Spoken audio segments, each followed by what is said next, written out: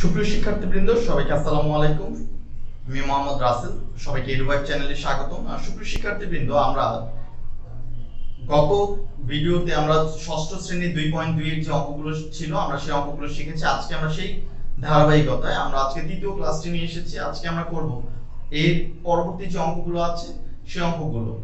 তো এই ভিডিওতে তোমাদের খুব সহজে অঙ্কগুলো বুঝিয়ে দেওয়ার চেষ্টা করব। তোমরা যারা চ্যানেলটিকে এখনো সাবস্ক্রাইব করোনি তারা নিচে লাল সাবস্ক্রাইব বাটনটি ক্লিক করে আমাদের EDUVIVE চ্যানেলের সদস্য হয়ে যাবে এবং বন্ধুদের সাথে ভিডিওটি শেয়ার করবে যদি ভালো লাগে।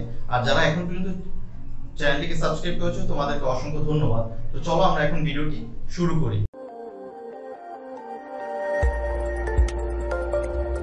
সুপ্রিয় শিক্ষার্থীবৃন্দ, আমাদের 5 নম্বরে যে অঙ্কটি বলা হয়েছে, আমাদের বলা হয়েছে যে একটি স্কুলে শিক্ষার্থীর সংখ্যা 500 জন। শিক্ষার্থী বলতে বোঝাবে সকল ছাত্রছাত্রী মিলে 500 জন আছে। এর মধ্যে ছাত্রীর সংখ্যা 40%। 40% হলে ওই স্কুলের ছাত্র সংখ্যা কত? বলা হয়েছে ছাত্রীর সংখ্যা 40%, তার মানে প্রতি 100 জন ছাত্রছাত্রীর মধ্যে 40 জনই হচ্ছে ছাত্রী। তো আমরা লিখি 100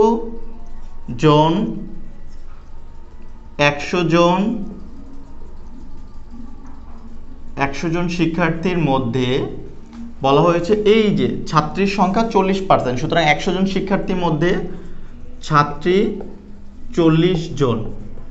100 জন শিক্ষার্থীর মধ্যে ছাত্রী 40 জন। সুতরাং একজন শিক্ষার্থীর মধ্যে ছাত্রী 100 ভাগে 40 জন। সুতরাং আমাদের মোট হচ্ছে 500 জন।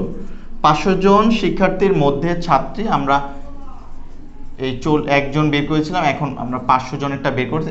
এটা দিয়ে যদি 500কে কাটি 5 আর 4 5 20, সুতরাং 200 জন। সুতরাং ওই স্কুলে ছাত্রী আছে 200 জন, কিন্তু আমাদের জানতে চাওয়া হয়েছে ছাত্র সংখ্যা। আমরা এখানে বের করেছি ছাত্রী সংখ্যা, কিন্তু আমাদের বের করতে বলা হয়েছে ছাত্র সংখ্যা। সুতরাং ওই বিদ্যালয়ে ছাত্র আছে, আমরা মোট 500 জনের থেকে 200 জন ছাত্র যদি বাদ দিই, সুতরাং আমাদের দ্বারা 300 জন ছাত্র। সুতরাং ওই বিদ্যালয়ে ছাত্র আছে 300 জন। তো সুপ্রিয় শিক্ষার্থীবৃন্দ, দেখতেই পেলে আসলে অঙ্কটি খুব সহজ। কতটুকু সহজ আমরা এর পরবর্তী 6 নম্বর অঙ্কটি আছে, আমরা সেই অঙ্কটি শিখব। সুপ্রিয় শিক্ষার্থীবৃন্দ, আমাদের পাঠ্য বইয়ের 5 অঙ্কের মতোই 6 নম্বরটিও আসলে খুব সহজ একটি অঙ্ক। তো তোমরা দেখো, এখানে প্রশ্নে বলা হয়েছে যে ডেভিড সাময়িক পরীক্ষায় 900 নম্বরের মধ্যে 600 নম্বর পেয়েছে। সে শতকরা কত নম্বর পেয়েছে? শতকরা বলতে বোঝাবে যে 900 নম্বরে যদি সে 600 নাম্বার পায়, তাহলে 100 নম্বরে সে কত নাম্বার পেয়েছে। মোট নাম্বার ও প্রাপ্ত নাম্বার, এই যে মোট নাম্বার এবং প্রাপ্ত নম্বরের একটি অনুপাত জানতে চাওয়া হয়েছে। তো আমরা অঙ্কটি কিভাবে করব? প্রথমে আমাদের লেখা দরকার যে 900 নম্বরের মধ্যে পেয়েছে 600 নম্বর। 900 নম্বরের মধ্যে পেয়েছে 600 নম্বর। 1 নম্বরের মধ্যে পেয়েছে 900 ভাগের 600।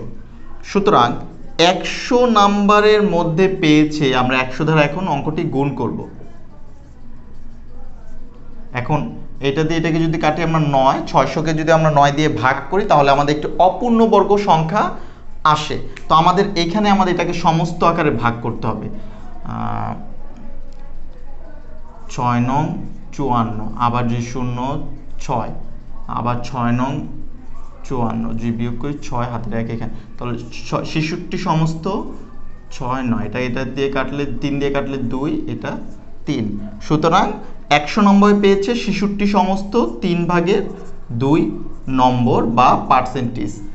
সুতরাং ওই শিক্ষার্থী ডেভিড তার সাময়িক পরীক্ষায় 100 নম্বরের মধ্যে পেয়েছে 66 সমস্ত 3 ভাগের 2 নম্বর। তো এরপরে যে কথাটি বলা হয়েছে যে মোট নম্বর ও প্রাপ্ত নম্বরের অনুপাত জানতে চাওয়া হয়েছে। তো সুতরাং মোট নম্বর ও প্রাপ্ত নম্বরের অনুপাত, আমরা অনুপাতটা এখানে লিখি।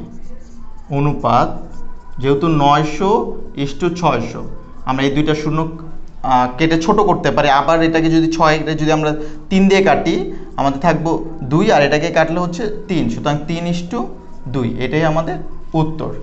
এই হচ্ছে আমাদের অনুপাত, এই হচ্ছে সে 100 নম্বরের মধ্যে 66 সমস্ত 3 ভাগের 2 নম্বর পেয়েছে। তো দেখতেই পেলে আসলে কতটা সহজ একটি অঙ্ক শিক্ষার্থীবৃন্দ। এখন আমরা আমাদের যে পাঠ্য বইয়ের পরবর্তী অঙ্কটি আছে আমরা সেই অঙ্কটি শিখব। আর সুপ্রিয় শিক্ষার্থীবৃন্দ, এই 7 নম্বর অঙ্কটি 5, 6 থেকে একটু ভিন্ন। তো তোমরা কিভাবে ভিন্ন তোমরা প্রশ্নটি পড়লে বা তোমরা প্রশ্নটি দেখলেই বুঝতে পারবে। বলা হয়েছে মুসান্না বইয়ের দোকান থেকে একটি বাংলা রচনা বই 84 টাকায় ক্রয় করলো, কিন্তু বইয়ের কাভারের মূল্য ছিল 120 টাকা। সে শতকরা কত টাকা কমিশন পেল? আমি প্রশ্নটি তোমাদেরকে বুঝিয়ে বলছি। ধরো তুমি একটি লাইব্রেরি থেকে বই কিনলে 84 টাকা দিয়ে, 84 টাকা দিয়ে বই কিনলে, কিন্তু বইয়ে গায়ের মূল্য, আমরা পিছে গায়ের মূল্য থাকে না, সেই গায়ের মূল্য হচ্ছে 120 টাকা।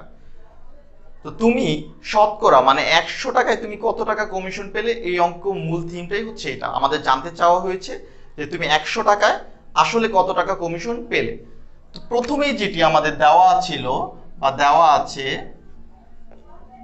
আছে ক্রয়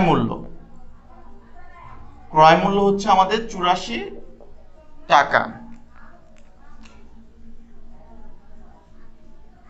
84 টাকা।